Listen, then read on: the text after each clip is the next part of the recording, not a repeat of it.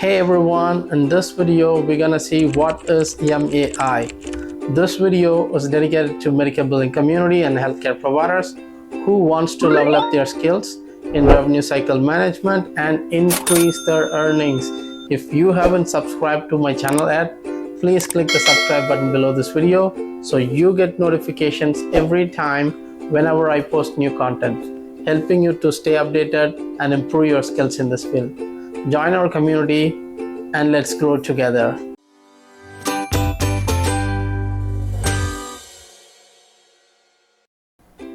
The abbreviation for MAI is MUE Adjudication Indicator.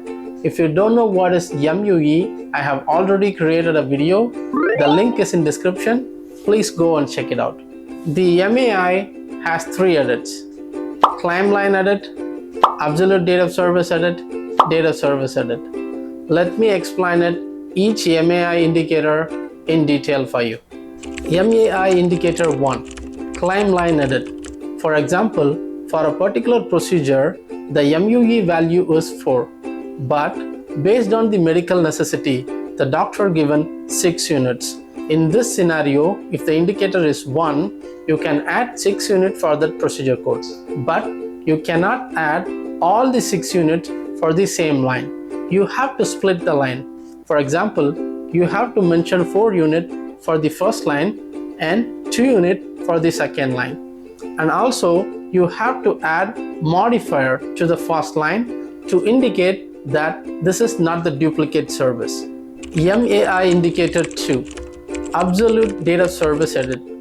What this indicator is representing is, if the procedure has 4 MUE value, but based on medical necessity, provider did 6 units, you cannot add 6 units. You can add only 4 units. If you add more than that, insurance is not gonna pay for the additional units. MAI indicator 3, date of service edit. What this indicator 3 represents is, for example, the procedure has MUE value of 4, but based on medical necessity, doctor did 6 units. So in this case, you can add 6 units to that procedure, but initially insurance is gonna deny that, but you can able to appeal the claim. The only difference between MAI 2 and MAI 3 is, in MAI 2, you cannot bill more than the MUE value, but in MAI 3, you can bill more than the MUE value, but you have to appeal after the denial.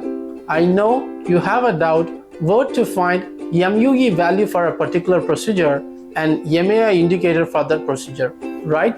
It's all in the CMS website. Let me walk through the CMS website for you. Just type cms.gov in Google and hit submit.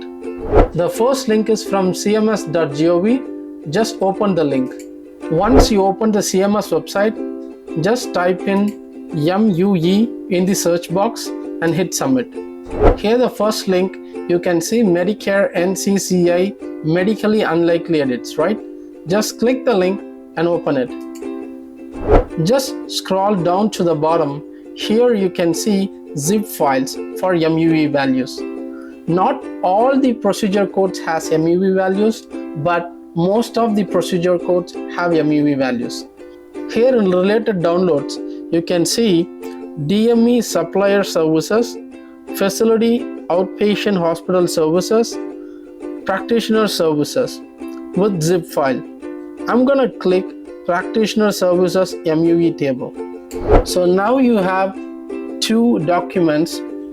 One document is Microsoft Excel comma separated values file, and another one is Microsoft Excel worksheet. Both has the same data. You can use whatever you like. Now I'm going to click Microsoft Excel comma separated values file. The first column indicates the current procedural and HCPCS code. The next column indicates the practitioner services MUE value, and the next column indicates MUE Adjudication Indicator, or simply known as MAI. The last column indicates MUE rationale, which indicates on what basis this MUE values are designed. So based on this spreadsheet, you can find the MUE value and the MAI indicator. I hope you like this video. Follow me for more medical billing and coding related videos.